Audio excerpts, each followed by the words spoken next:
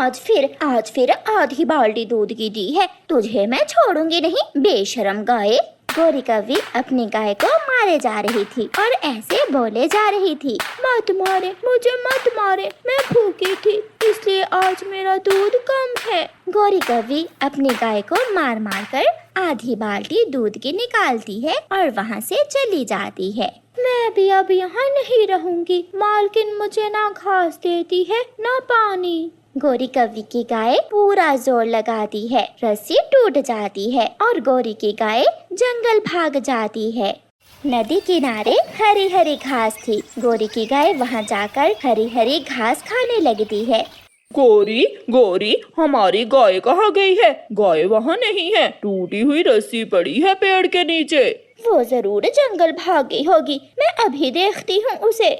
फिर गौरी और कालू कौवा डंडा लेकर गाय को ढूंढने जाते हैं। वो रही, वो सामने नदी के पास घास खा रही है। गौरी कव्वी पीछे से जाकर गाय को मारना शुरू कर देती है।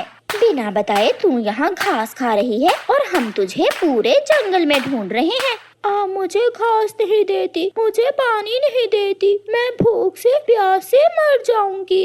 कालू कौवा फिर से गाय के गले में रस्सी बांधता है और गाय को वापस अपने पेड़ के नीचे ले जाकर बांध देता है। कालू, ये घंटी इसके गले में बांध दो, जब ये यहाँ से जाएगी तो घंटी की आवाज से मुझे पता चल जाएगा। कालू कौवा अपनी गाय के गले में घंटी बांध देता है। अब जाना यहाँ से, मैं तेरी टांग ही काट दूंगा।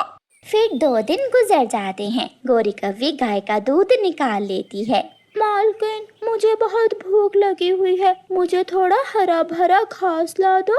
मगर गौरी कव्वी गाय के सामने सूखा घास रख देती है।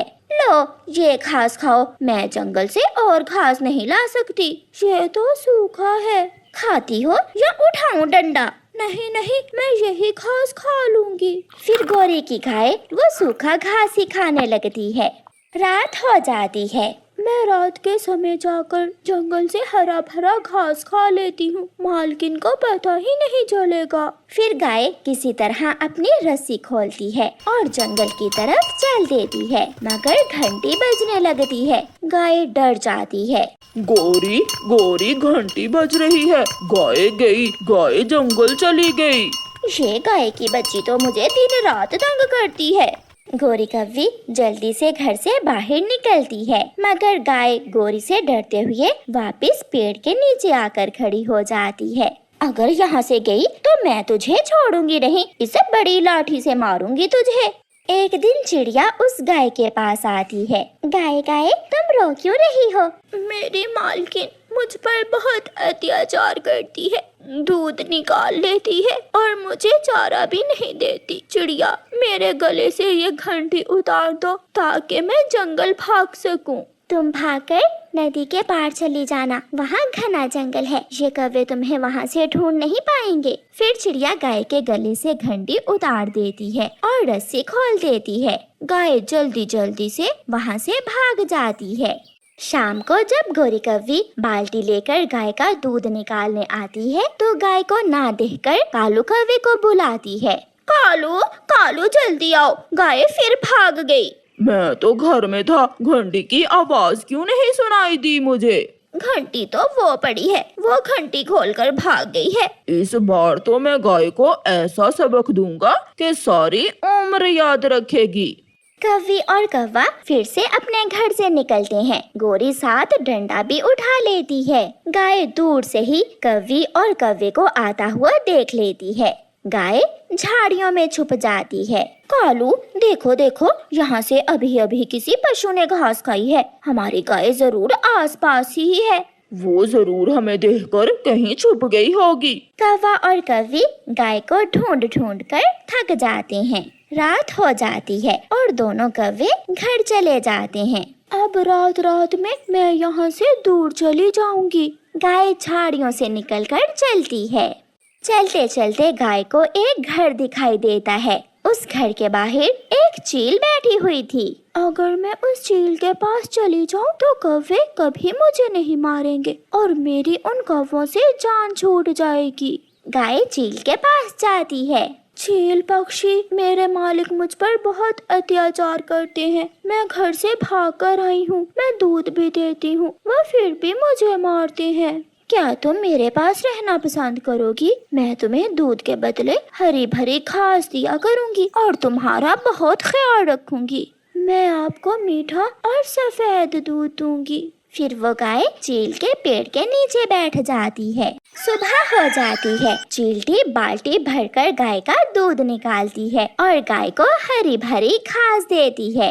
गाय घास खा रही थी कि कौवा और कौवी वहाँ आ जाते हैं। तू यहाँ बैठी आराम से घास खा रही है और हम तुझे पूरे जंगल में ढूंढ रहे हैं। ऐसा कहते हुए गोरी गाय को एक डंडा लगाती है। मालकिन, मालकिन बाहर आओ, मुझे वो कौवे फिर से मार रहे हैं। चील अपने घर से बाहर आती है। दुष्ट कौवी, अब ये गाय मेरे पास रहेगी। जालिम, तू इसे ना पानी देती है ना घास, भाग यहाँ से। चील दी, ये गाय मेरी है। मेरे मामा जी ने मुझे ये गाय दी थी। तुम ऐसे नहीं समझोगे। चील गोरी से डंडा छीनकर गोरी की एक पूंछ पर लगाती है तो दोनों कौवे वहाँ से भाग जाते हैं और गाय ये देखकर हंसने लगती है। आपने बहुत अच्छा किया जो उस कौवे के एक डंडा लगाया। अब दोबारा वो यहाँ आने की हिम्मत नहीं करेगी। फिर गाय खुशी खुशी चील के पास ही रहने लगती है। चिड़िया की बेटी बीमार थी, इसलिए इस बार चिड़िया बरसात के मौसम से पहले अपने घर की मरम्मत न कर सकी थी। चिड़िया बहुत परेशान थी।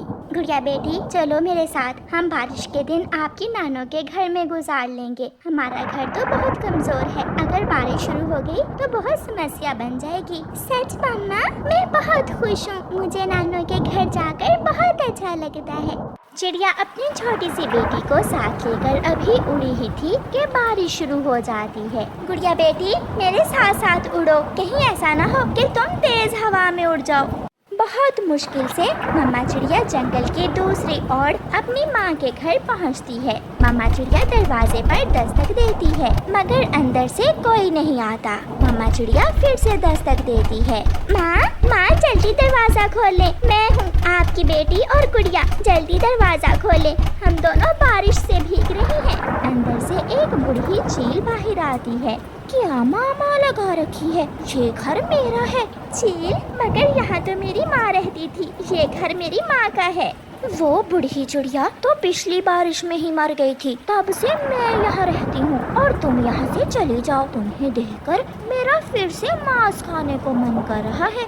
ये सुनकर मम्मा चिड़िया रोने लग जाती है। उसकी बेटी गुड़िया अपनी मम्मा को चुप करवाती है मगर वो तो खुद भी रो रही थी। मम्मा चुप कर जाए, अब हमें कहीं और जाना होगा।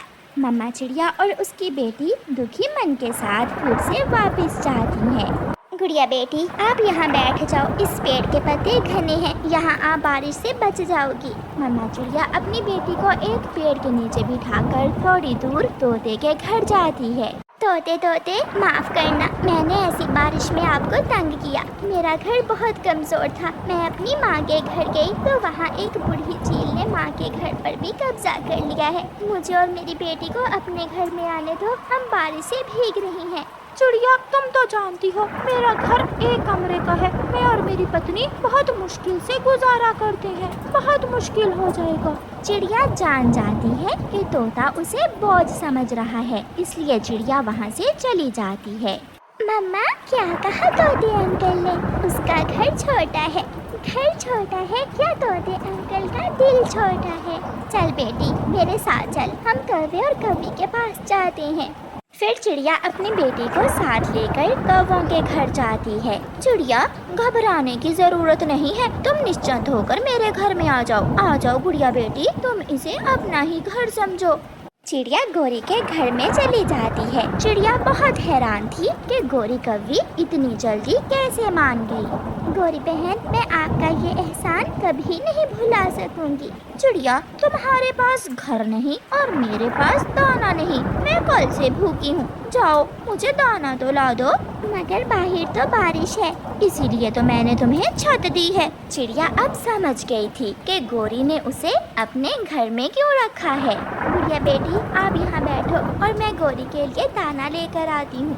मगर ऐसी बारिश में मम्मा, आप दाना दाना कैसे ढूंढोगी? तुम्हारी मम्मा सब कर सकती है, बारिश में कैसे उड़ते हैं ये तो तुम्हारी मम्मा ने बचपन में ही सीख लिया था। मम्मा चिड़िया गोरी के घर से निकलती है। तेज बारिश में उड़ते उड़ते मम्मा चिड़िया के पंख थक चुके थे, मगर वो क्या करती, उसे किसी तरह खुद को और अपनी बेटी को गोरी के घर में भी तो रखना था।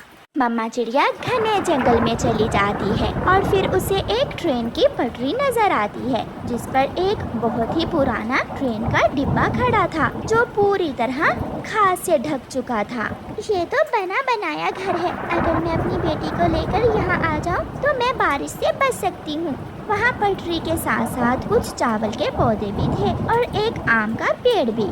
मम्मा चिड़िया कुछ चावल और एक आम लेकर वापस जाती है। अरे अरे चिड़िया, तू तो दाना क्या फल ही ले आई, ऐसे मौसम में तुझे फल कहाँ से मिल गया? गोरी बहन, मेहनत और कोशिश से सब हो सकता है। गोरी कभी दाना और फल लेकर एक तरफ रख लेती है। चिड़िया, जब तक चाहो तुम यहाँ रहना, मेरा दाना ले आना और आराम से बारिश से बची रहना। नहीं गोरी बहन, ऊपर वाले ने मुझे छत दे दी है। चलो गुड़िया बेटी, मेरे साथ चलो। चिड़िया चिड़िया, कहाँ जा रही हो? बारिश में भीग कर मर जाओगी। मगर चिड़िया अपनी बेटी को लेकर वहाँ से चली जाती है।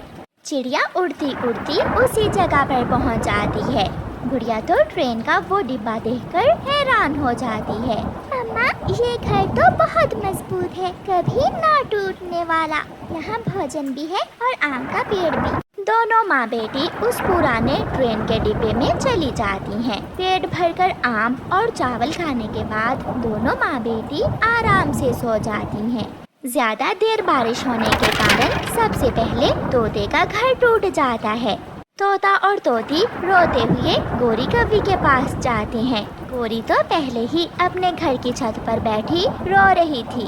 गोरी गोरी, हमारी तरह तुम भी बारिश में भीग रही हो? तोते, अभी थोड़ी देर पहले एक हवा का तेज झोंका आया और साथ ही मेरे घर की छत उड़ा कर ले गया। अब हमें किसी सुरक्षित जगह की खोज में जाना होगा। फिर वो सब वहाँ से उड़ते हैं और उड़ते उड़ते उसी पुराने ट्रेन के डिब्बे के पास पहुंच जाते हैं। यहाँ चिड़िया और उसकी बेटी सोई हुई थी। गोरी, तोती और तोता चुपके से उस ट्रेन के डिब्बे में जाकर बैठ जाते हैं। तोते तोते, कहीं ऐसा ना हो कि चिड़िया उठकर हमें यहाँ से भगा दे।